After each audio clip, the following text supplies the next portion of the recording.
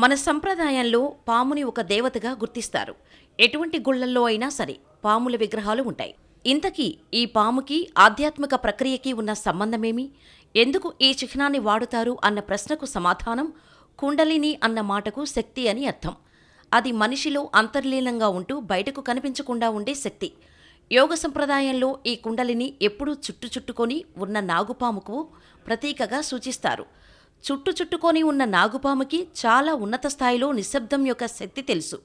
పాము కదలకుండా పడుకున్నప్పుడు అది ఎంత నిశ్చలంగా ఉంటుందంటే అది మీ దారిలో ఉన్నా దాన్ని మీరు గుర్తించలేరు.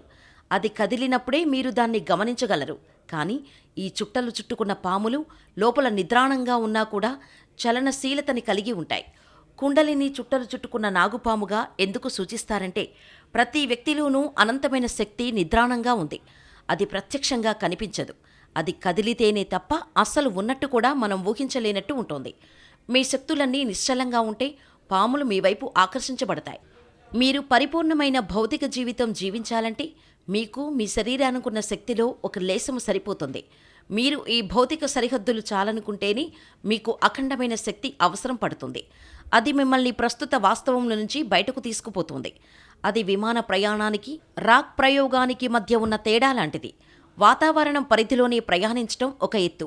వాతావరణ సరిహద్దుని ఛేదించుకొని గురుత్వాకర్షణ పరిధిని దాటి వెళ్లడం ఒక ఎత్తు. ఆ విధంగానే శరీరం పరిమితులను దాటి వెళ్లాలంటే మరో ప్రమాణానికి చెందిన శక్తి ఆవశ్యకమవుతుంది. భారతదేశంలో పాము చిహ్నం లేని గుడి ఉండదు.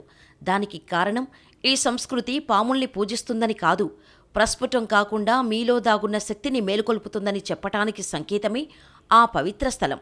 పాములు చాలా విశేష దృష్టి కలవి. పాములు ధ్యాన నిమగ్నమైన వ్యక్తివైపు ఆకర్షించబడతాయి. మన సంప్రదాయంలో యోగులెక్కడైనా ఒకచోట కూర్చొని ధ్యానం చేస్తే అతనికి దగ్గరలోనే ఒక పాము ఉంటుంది. మీ శక్తులన్నీ నిశ్చలంగా ఉంటే పాములు మీ వైపు ఆకర్షించబడతాయి. కుండలిని మీరు ప్రజ్వలించగలిగితే అది జీవితానికి ఉన్నతమైన ప్రమాణాలను చూడగల అవకాశాలకు ద్వారం తెరుస్తుంది. పాముకి మనిషికి భౌతికంగా ఎంతో వ్యత్యాసం ఉన్నప్పటికీ శక్తి వ్యవస్థకు సంబంధించినంత వరకు ఇద్దరికీ సామ్యం ఉంది.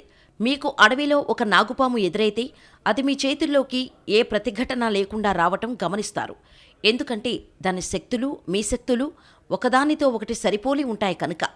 ఒకవేళ మీ శరీర రసాయనికత ఏమాత్రమైనా భయాన్ని సంకేతిస్తేనే అది దాని ప్రమాద హెచ్చరికగా గుర్తిస్తుంది కనుక కాటేస్తుంది.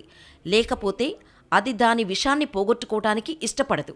అదే దాని సంపద. ఆధునిక వైద్యం నాగుపాము విషంలో ఉన్న ఔషధ తత్వాన్ని బహువిధాలా గుర్తించింది. కుండలిని మీరు ప్రజ్వలించగలిగితే అది జీవితానికి ఉన్నతమైన ప్రమాణాలను చూడగల అవకాశాలకు ద్వారం తెరుస్తుంది. సంప్రదాయ సిద్ధమైన ఆదియోగి శివుని విగ్రహాలు ఆయనతో పాటు పాముని చూపిస్తాయి. అది ఆయన దృష్టి అత్యంత ఉన్నత స్థాయిలో ఉండటాన్ని సూచిస్తుంది. శక్తి తీవ్రత ఒక స్థాయికి పరిమాణానికి చేరుకుంటేనే సత్యాన్ని ఏ దోషం లేకుండా గ్రహిస్తారు. అలా లేనప్పుడు మనకున్న కర్మ సంబంధమైన వాసనలు మనం వాస్తవాన్ని పరిశీలించటంలో, అవగాహన చేసుకోవటంలో అడ్డుగా నిలబడతాయి. కావున ఎవరిలో ఉన్న చైతన్య శక్తిని వారు మేల్కొల్పుకోవాలి. ఇది ఎవరికి వారే చేసుకునే పని. ధ్యానం, జపం ద్వారా మాత్రమే సాధ్యమవుతోంది.